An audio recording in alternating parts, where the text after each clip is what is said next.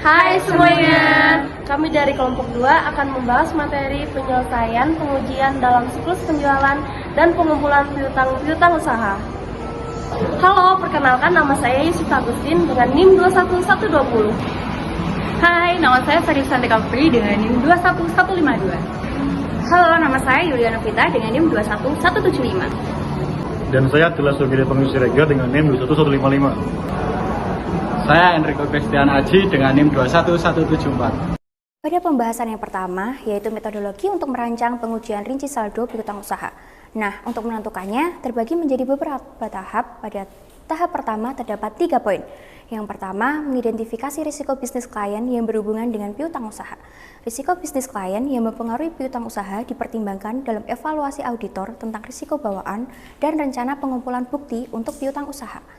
Nah, untuk poin yang kedua, menetapkan kesalahan penyajian bisa ditoleransi dan risiko bawaan. Auditor pertama-tama menetapkan pertimbangan materialitas pendahuluan untuk keseluruhan laporan keuangan. Kemudian mengalokasikan jumlah pertimbangan pendahuluan tersebut ke setiap akun neraca yang signifikan.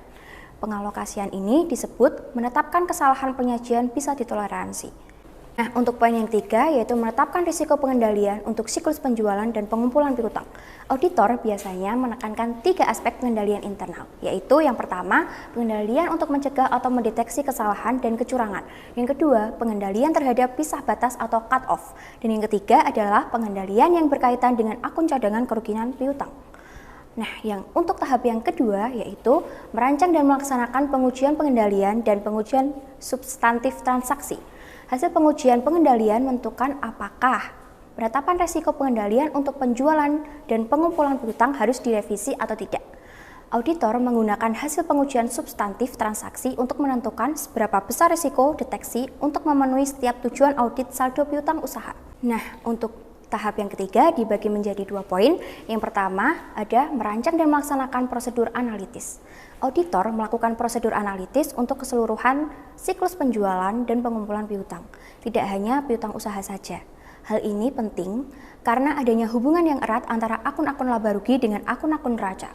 Apabila auditor mengidentifikasi adanya kemungkinan kesalahan penyajian dalam penjualan atau retur penjualan dengan menggunakan prosedur analitis, maka kemungkinan kesalahan penyajian piutang usaha akan terkurangi. Nah, untuk poin yang kedua, yaitu merancang dan melaksanakan pengujian detail saldo piutang usaha. Pengujian detail saldo yang tepat tergantung pada faktor-faktor yang tercantum dalam kertas kerja perencanaan. Tugas untuk memadukan faktor-faktor yang menentukan risiko deteksi direncanakan cukup kompleks, karena pengukur setiap faktor tidak bisa dipresisi dan bobot yang diberikan setiap faktor sangat subjektif. Sebaliknya, hubungan antara setiap faktor dan risiko deteksi ditetapkan dengan baik. Jadi, jumlah bukti audit direncanakan berkebalikan dengan risiko deteksi direncanakan. Selanjutnya kita akan masuk dalam perancangan pengujian rinci saldo. Pada pembahasan ini, kita akan berfokus pada tujuan-tujuan audit saldo. Yang pertama, auditor telah menyelesaikan kertas kerja perencanaan bukti. Yang kedua, auditor telah menetapkan resiko deteksi direncanakan untuk pengujian rinci pada setiap tujuan audit. Yang pertama, kecocokan saldo dalam catatan. Auditor akan menguji kecocokan informasi dalam daftar piutang sebelum melakukan pengujian lainnya dengan memastikan bahwa populasi yang akan diuji cocok dengan buku besar dan master file piutang usaha.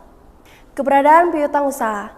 Apabila pelanggan tidak memberi jawaban atas konfirmasi, auditor juga memeriksa dokumen pendukung untuk memastikan bahwa barang sungguh-sungguh telah dikirimkan dan bukti adanya penerimaan kas untuk menentukan bahwa piutang telah diterima pembayarannya setelah tanggal neraca. Selanjutnya, kelengkapan piutang usaha. Apabila klien menghilangkan suatu piutang dari daftar umur piutang, satu-satunya cara yaitu menemukan hal tersebut adalah dengan mentotal atau menjumlah secara vertikal dalam daftar umur piutang. Ketelitian piutang usaha. Auditor memeriksa dokumen pendukung dengan cara yang sama seperti tujuan keberadaan.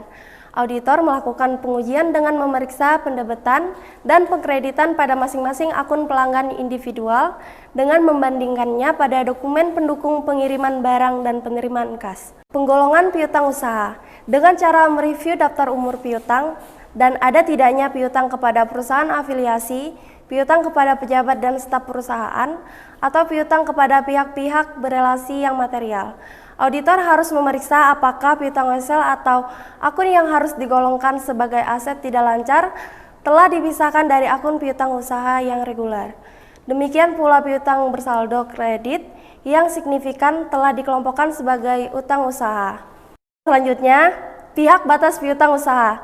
Kesalahan penyajian pisah batas terjadi apabila transaksi tahun ini dicatat pada tahun berikutnya atau sebaliknya. Tujuan pengujian pisah batas atau cut-off test adalah untuk memeriksa apakah transaksi menjelang akhir tahun buku telah dicatat pada periode yang tepat. Kesalahan penyajian pisah batas bisa berpengaruh signifikan terhadap laba bersih periode ini. Kesalahan penyajian pisah batas bisa terjadi pada penjualan, retur penjualan, dan penerimaan kas. Untuk menentukan kewajaran pisah batas, auditor melakukan pendekatan sebagai berikut. Yang pertama, tetapkan kriteria yang tepat untuk pisah batas. Yang kedua, evaluasi apakah klien telah menetapkan prosedur yang memadai untuk pisah batas yang sewajarnya.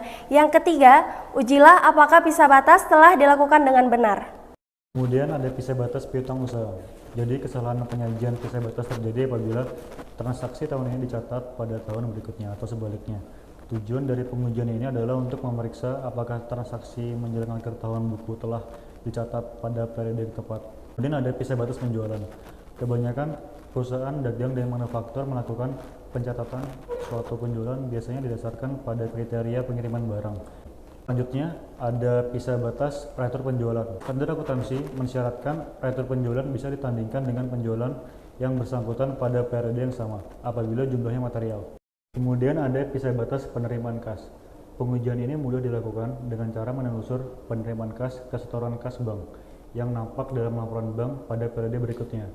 Dan apabila terjadi penundaan sampai beberapa hari, hal itu bisa menjadi petunjuk adanya kesalahan penyajian pisah batas. Kemudian ada nilai bersih yang bisa direalisasi. Seakan mencaratkan perusahaan menyatakan piutang usaha sebesar jumlah yang akhirnya akan bisa diterima pembayarannya. Nilai piutang bisa direalisasi sama dengan piutang bruto dikurangi dengan cadangan kerugian piutang. Untuk menghitung besaran cadangan, klien menaksir jumlah piutang yang diperkirakan tidak bisa ditagih. Selanjutnya, ada beban kerugian piutang. Setelah auditor merasa puas dengan cadangan kerugian piutang, selanjutnya akan mudah untuk memeriksa beban kerugian piutang dengan asumsi bahwa yang pertama, saldo awal dalam akun cadangan telah diperiksa sebagai bagian dari audit tahun yang lalu. Yang kedua, piutang tak tertagih yang telah dihapus telah diperiksa sebagai bagian dari pengauditan substantif transaksi. Yang ketiga, saldo akhir dalam akun cadangan telah diperiksa dengan berbagai cara. Selanjutnya ada hak klien atas piutang usaha. Hak klien atas piutang usaha umumnya tidak merupakan masalah dalam audit karena piutang biasanya memang merupakan milik klien. Namun dalam hal tertentu, sebagian dari piutang mungkin saja dijadikan jaminan atau digadaikan dan dijual kepada seseorang atau dijual dengan diskon. Selanjutnya yaitu konfirmasi piutang usaha. Nah, konfirmasi piutang usaha merupakan konsep yang terus berulang dalam pembahasan tentang perancangan pengujian rinci saldo piutang usaha. Menurut standar auditing 505 menunjukkan bahwa auditor harus menggunakan konfirmasi eksternal untuk piutang usaha yang material. Jika auditor memutuskan untuk tidak akan mengkonfirmasi piutang usaha, justifikasi untuk melakukan hal tersebut harus didokumentasikan. Tujuannya yaitu untuk memenuhi tujuan keberadaan, ketelitian, dan pisah batas. Selanjutnya, ada jenis-jenis konfirmasi piutang usaha. Yang pertama yaitu konfirmasi positif. Konfirmasi positif merupakan suatu konfirmasi kepada pihak ketiga atau debitur untuk merespon secara langsung apakah yang tercantum pada konfirmasi itu benar atau salah. Nah, konfirmasi positif ini dibagi lagi menjadi dua. Yang pertama, konfirmasi kosong, dan yang kedua, konfirmasi faktur. Yang kedua, ada konfirmasi negatif, yaitu permintaan konfirmasi kepada debitur untuk merespon secara langsung kepada auditor hanya jika pihak yang terkonfirmasi tidak setuju dengan informasi yang terdapat dalam permintaan konfirmasi. Konfirmasi negatif biasanya dilakukan untuk sampel dalam jumlah yang besar dan saldo yang kecil. Selanjutnya, dalam konfirmasi piutang usaha ada beberapa hal yang harus diperhatikan. Yang pertama, saat pengiriman konfirmasi atau penetapan waktu. Jadi, bukti yang bisa dipercaya dari konfirmasi baru akan diperoleh jika konfirmasi itu dikirimkan sedekat mungkin dengan akhir tahun buku. Dan yang kedua, keputusan sampel. Keputusan sampel dibagi lagi menjadi dua. Yang pertama yaitu ukuran sampel. Faktor utama yang mengaruhi ukuran sampel untuk mengkonfirmasi piutang usaha ada beberapa kategori dan mencakup hal-hal berikut. Yang pertama, salah saji yang dapat ditoleransi. Kedua, resiko bawaan. Ketiga, resiko pengendalian. Keempat, resiko deteksi. Dan kelima, ada jenis konfirmasi. Dan yang kedua, ada pemilihan item untuk pengujian. Jadi, diperlukan beberapa jenis stratifikasi pada sebagian besar konfirmasi. Dalam pendekatan umum stratifikasi untuk memilih saldo yang akan dikonfirmasi, maka auditor akan mempertimbangkan dengan baik dari nilai setiap piutang maupun lamanya piutang yang telah beredar. Dan yang ketiga, pemeriksaan alamat dan pengawasan atas konfirmasi. Jadi, auditor harus melaksanakan prosedur untuk memeriksa alamat atau alamat email yang digunakan dalam konfirmasi. Keempat, tindak lanjut atas konfirmasi terjawab.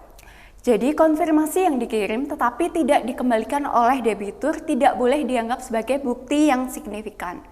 Jika sebanyak 3 kali konfirmasi dikirim dan tidak ada satupun yang dikembalikan, maka perlu ditindaklanjut dengan prosedur alternatif, yaitu dengan auditor dapat memeriksa dokumentasi seperti penerimaan kas, duplikat faktur, dokumen pengiriman, dan korespondensi dengan klien.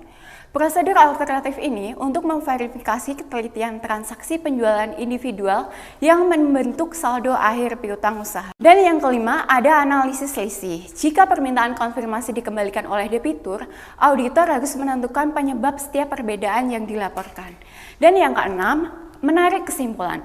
Jika semua perbedaan telah diselesaikan, termasuk yang ditemukan jalur prosedur alternatif, auditor harus mengevaluasi ulang pengendalian internal. Yang selanjutnya, pengembangan program audit untuk pengujian rinci saldo. Terdapat beberapa sumber dari setiap baris dalam kertas kerja untuk menguji rinci saldo yang direncanakan, yaitu yang pertama, kesalahan pengujian bisa ditoleransi. Hal ini dapat mengacu pada fakta bahwa audit tidak mungkin untuk menghindari kesalahan atau ketidakakuratan sepenuhnya. Yang kedua, ada resiko audit bisa diterima. Hal ini adalah tingkat resiko yang dapat diterima oleh auditor dalam kesalahan yang tidak terdeteksi dalam laporan keuangan. Yang ketiga, ada resiko bawaan. Hal ini adalah resiko yang melekat pada industri bisnis atau entitas yang diaudit dan tidak dapat dihindari. Yang keempat, ada resiko pengendalian. Hal ini adalah resiko yang berkaitan dengan efektivitas pengendalian internal entitas dalam mengidentifikasi, mencegah, atau mendeteksi kesalahan atau penyelewengan dalam laporan keuangan. Yang selanjutnya ada hasil pengujian substantif transaksi. Ini mencakup pengujian rinci atas transaksi dan saldo akun untuk memastikan keabsahan informasi keuangan. Yang selanjutnya ada prosedur analitis. Ini adalah teknik yang digunakan oleh auditor untuk membandingkan angka-angka dalam laporan keuangan dengan harapan yang masuk akal berdasarkan pengalaman sebelumnya atau perbandingan dengan data sejenis. Dapat membantu auditor dalam mengidentifikasi potensi masalah atau ketidaksesuaian. Yang terakhir ada resiko deteksi direncanakan dan bukti audit direncanakan, yaitu resiko bahwa auditor mungkin gagal mendeteksi kesalahan materi dalam laporan keuangan. Sedangkan bukti audit direncanakan adalah dokumen dan informasi yang dikumpulkan oleh auditor untuk mendukung kesimpulan mereka. Yang selanjutnya kita masuk ke program audit untuk pengujian rinci saldo, siklus penjualan, dan pengumpulan piutang dalam format untuk dilaksanakan. Yang pertama, review daftar umur piutang. Yang kedua, lakukan prosedur analitis dan lakukan tindak lanjut atas setiap perubahan dari tahun lalu yang signifikan. Yang ketiga, ada review piutang yang tercantum dalam daftar umur piutang. Yang keempat, tanyakan kepada manajemen apakah daftar umur piutang terdapat piutang kepada pihak yang mempunyai hubungan istimewa. Yang kelima, review notulen rapat Dewan Komisaris dan tanyakan pada manajemen apakah ada piutang yang digadaikan, dialihkan, atau dijual. Yang keenam, ada telusuri 10 akun dari daftar umur piutang ke akun piutang dalam master file untuk memeriksa kebenaran saldo dan penentuan umurnya. Yang ketujuh, ada pemeriksaan kebenaran jumlah vertikal dalam kolom-kolom rupiah dalam daftar umur piutang dan jumlah seluruh halaman. Yang kedelapan, ada telusuri saldo ke buku besar. Yang kesembilan, telusuri 5 akun dari master file piutang ke daftar umur piutang.